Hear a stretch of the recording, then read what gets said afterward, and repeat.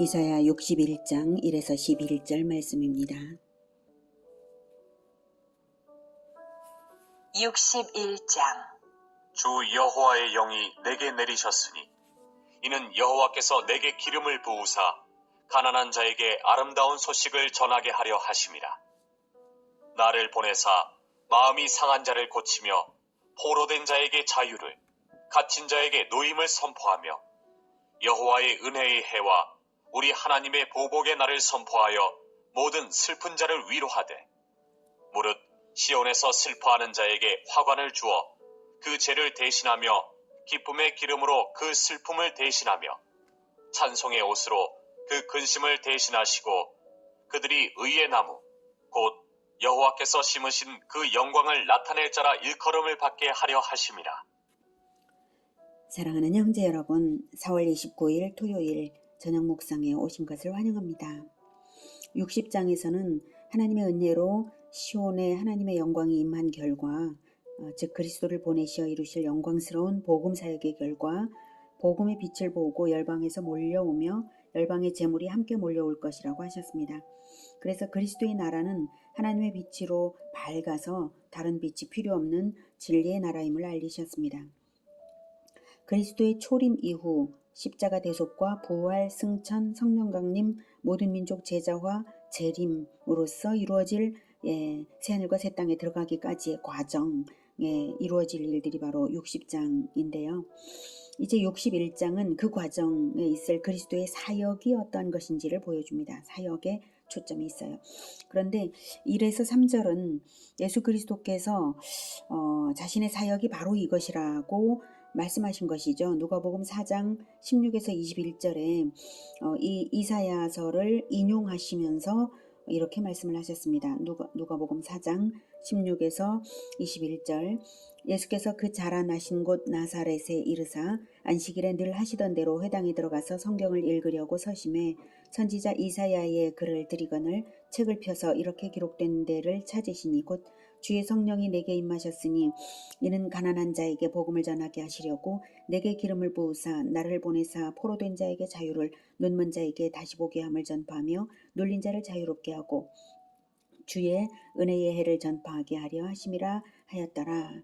책을 덮어 그 맡은 자에게 주시고 앉으시니 회당에 있는 자들이 다 주목하여 보더라. 이에 예수께서 그들에게 말씀하시되 이 글이 오늘 너희 귀에 응하였느니라 하시니. 네, 이렇게 이사야서를 오늘 본장을 읽으시고 직접 회당에서 공개적으로 이 사역을 하실 그리스도가 바로 당신이심을 선언하신 것입니다.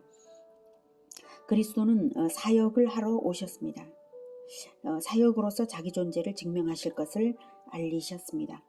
그러므로 그리스도인들도 사역을 하도록 부르심을 받았고 사역으로서 그리스도인임을 증명해야 할 것입니다. 무슨 사역인가 하면 그리스도와 동일하게 주 여호와의 영 즉 성령을 받아서 성령을 받아서 사실 믿는 모든 자들에게 하나님께서 성령을 주셨죠.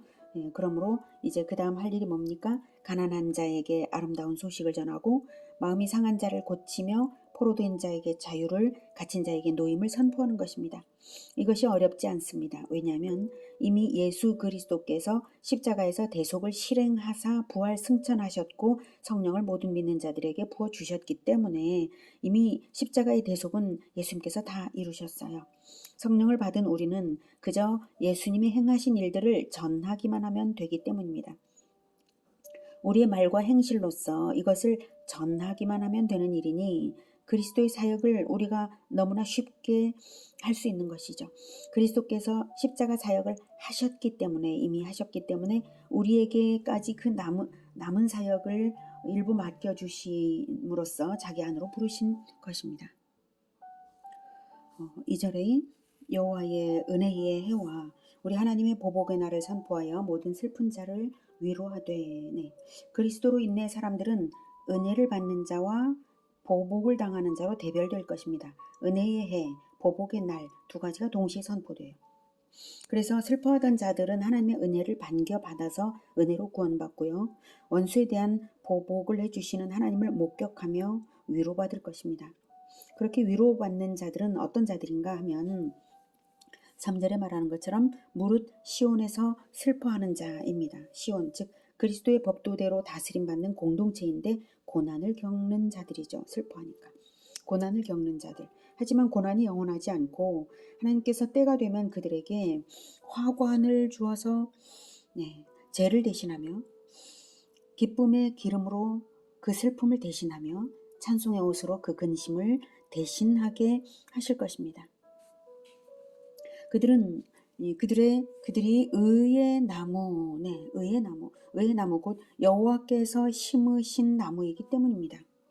의의 나무이니 의의 열매를 맺고 의의 씨앗을 뿌려 의의 나무를 낳는 나무들이기 때문입니다. 생명 나무들이죠.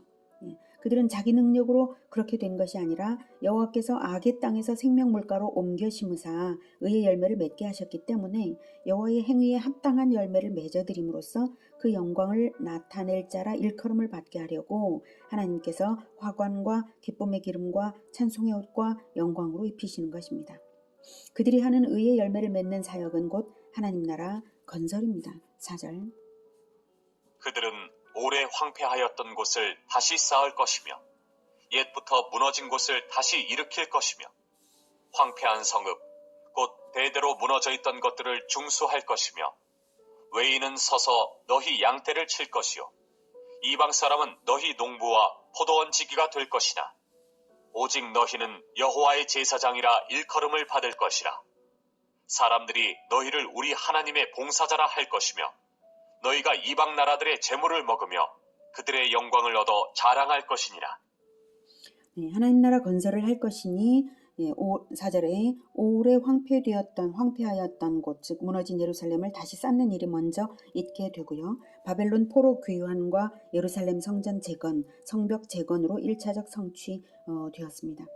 그처럼 예루살렘이 회복된다는 것은 곧 제사장적 지위가 회복된다는 것과도 동일합니다. 그래서 6절에 오직 너희는 여호와의 제사장이라 일컬음을 받을 것이라 라고 말씀하신 것이고요. 그래서 외인은 서서 5절에 외인은 서서 너희 양떼를 칠 것이요 이방 사람은 너희 농부와 포도원 지기가 될 것이나 와 그리고 너희가 이방 나라의 재물을 먹으며 라고 한 것은 얼핏 듣기에는 선민 우월주의나 이기주의로 들리지만 원뜻은 먼저 선택받아 부르심에 응한 자들의 복된 상태를 설명하는 것입니다.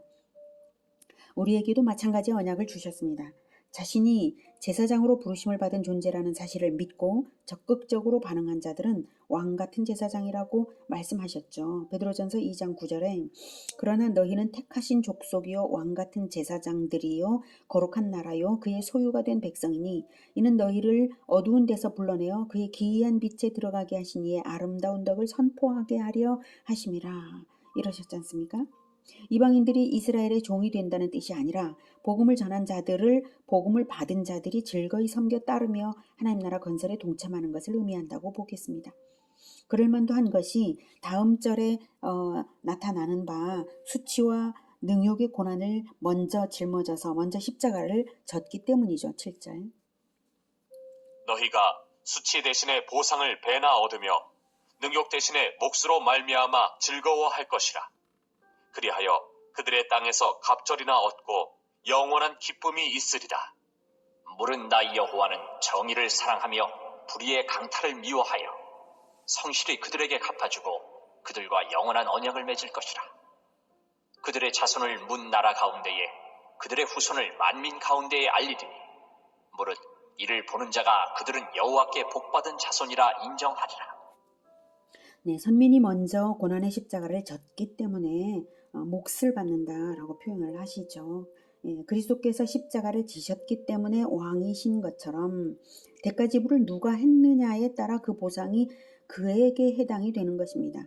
보상은 대가 지불을 하는 자에게 해당이 됩니다. 그래서 십자가를 지라는 것입니다.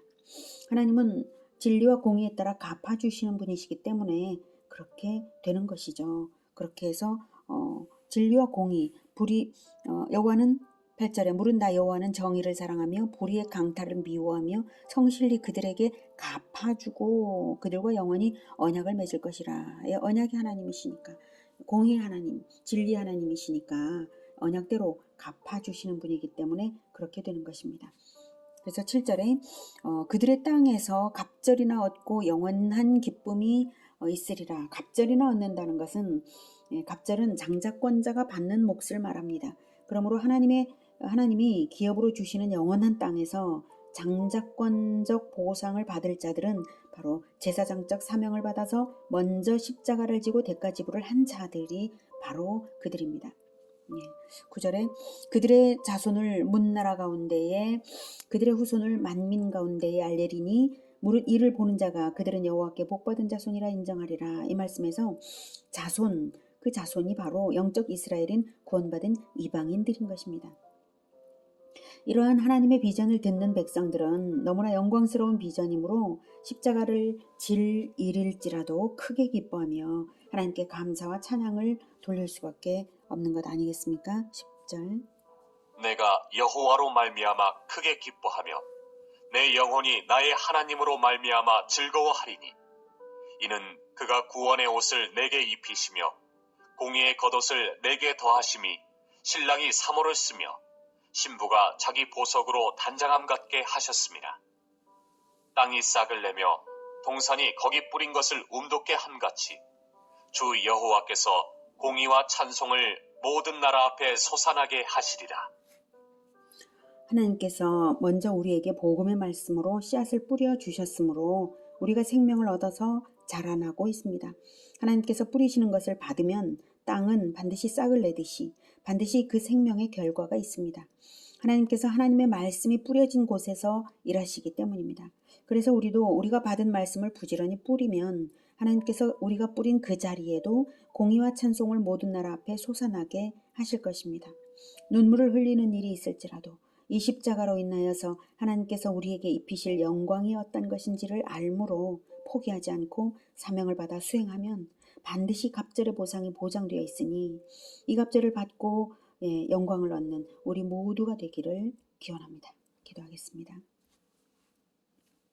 하나님, 우리를 왕같은 제사장으로 불러주신 것 너무나 감사합니다. 우리가 죄를 용서받을 뿐만 아니라 하나님의 그 은혜로운 사역을 그리스도의 그 은혜로운 사역을 알려주는 일로서 왕같은 제사장으로 부르심 받은 것을 믿습니다. 우리가 십자가를 지는 것을 마다하지 않고 비록 고난이 될지라도 눈물 흘리는 일이 될지라도 기꺼이 십자가를 지는 삶을 살면서 복음을 전하고 하나님의 말씀을 가르치는 이것을 포기하지 않겠습니다. 우리가 말씀을 뿌릴 때에 그 뿌리는 곳에 하나님께서 반드시 싹이 나고 열매가 열리도록 끊임없이 생명의 역사가 있도록 주님께서 역사하여 주시옵소서. 예수 그리스도 이름으로 기도드립니다. 아멘. 이어지는 시간은 개인 기도 시간입니다.